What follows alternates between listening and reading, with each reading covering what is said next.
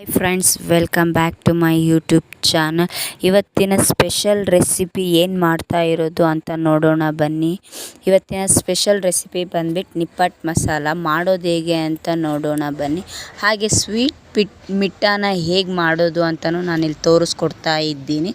ಮೊದಲಿಗೆ ಸ್ವಲ್ಪ ಹುಣಸೆ ಹಣ್ಣನ್ನು ನೀರಲ್ಲಿ ನೆನೆಸಿಡಬೇಕು. ಅದು ನೆನೆಯೋ ಅಷ್ಟರಲ್ಲಿ ಸ್ವೀಟ್ ಮಿಠಾಯಿಗೆ ಏನೇನು ಬೇಕು ಅಂತ ಹೇಳ್ತೀನಿ ಫ್ರೆಂಡ್ಸ್.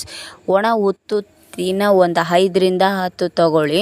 ಅದರಲ್ಲಿ ಬೀಜ ಇರೋದನ್ನ ತೆಗೆದುಬಿಟ್ಟು ಗ್ರೈಂಡ್ ಮಾಡ್ಕೊಳ್ಳಿ. ಗ್ರೈಂಡ್ ಮಾಡಬೇಕಾದ್ರೆ ಸ್ವಲ್ಪ ನೀರನ್ನ ಹಾಕಿಬಿಟ್ಟು ಪೇಸ್ಟ್ ಥರ ಗ್ರೈಂಡ್ ಮಾಡ್ಕೊಳ್ಳಿ.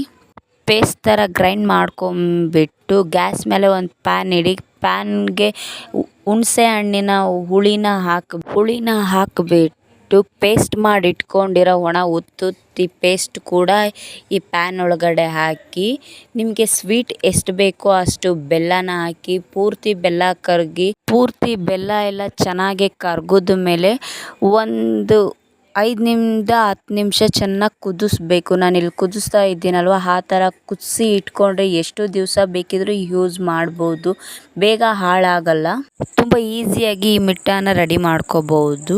ನಿಪ್ಪಟ್ಟು ಮಸಾಲ ಮಾಡೋದಕ್ಕೆ ಏನೇನು ಮೆಟೀರಿಯಲ್ ಬೇಕು ಅಂತ ಹೇಳ್ತಿದ್ದೀನಿ ನಾನು ಇಲ್ಲಿ. ಹಸಿಮೆಣಸಿನ್ಕಾಯಿ, ಕೊತ್ತಂಬರಿ, ಉಪ್ಪು 3 ಹಾಕ್ಬಿಟ್ಟು ನಾನು ಪೇಸ್ಟ್ ಮಾಡಿ ಇಟ್ಕೋತಾ ಇದ್ದೀನಿ. ಹಾಗೆ ಚಿಕ್ಕದಾಗಿ ಈರುಳ್ಳಿನ ಕಟ್ ಮಾಡಿಕೊಂಡು 1 ಕಪ್ ತೊಗೊಂಡಿದ್ದೀನಿ. ಕ್ಯಾರೆಟು ಅಷ್ಟೇ, ಕೊತ್ತಂಬರಿ ಚಿಕ್ಕದಾಗಿ ಕಟ್ ಮಾಡ್ಕೊಂಡಿದ್ದೀನಿ. ಗರಂ ಮಸಾಲ, ಟೊಮೊಟೊನು ಚಿಕ್ಕದಾಗಿ ಕಟ್ ಮಾಡ್ಕೊಂಡ್ಬಿಟ್ಟು ತೊಗೊಂಡಿದ್ದೀನಿ.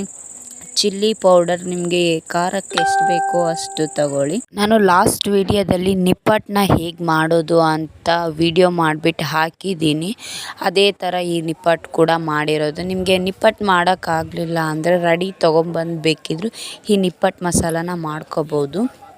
ನೋಡ್ಬೋದು ಇಲ್ಲಿ ನಾನು ನಿಪ್ಪಟ್ಟಿಗೆ ಸ್ವೀಟ್ ಮಿಠಾನ ಹಚ್ತಾ ಇದ್ದೀನಿ. ಅದು ಹಚ್ಬಿಟ್ಟು ಸ್ವಲ್ಪ ಚಿಕ್ಕದಾಗಿ ಕಟ್ ಮಾಡ್ಕೊಂಡಿರೋ ಈರುಳ್ಳಿ, ಕ್ಯಾರೆಟ್, ಕೊತ್ತಂಬರಿ ಸೊಪ್ಪು, ಗರಂ ಮಸಾಲ, ನಿಮಗೆ ಬೇಕು ಅಂದರೆ ಚಾಟ್ ಮಸಾಲ ಕೂಡ ಹಾಕ್ಕೋಬೋದು.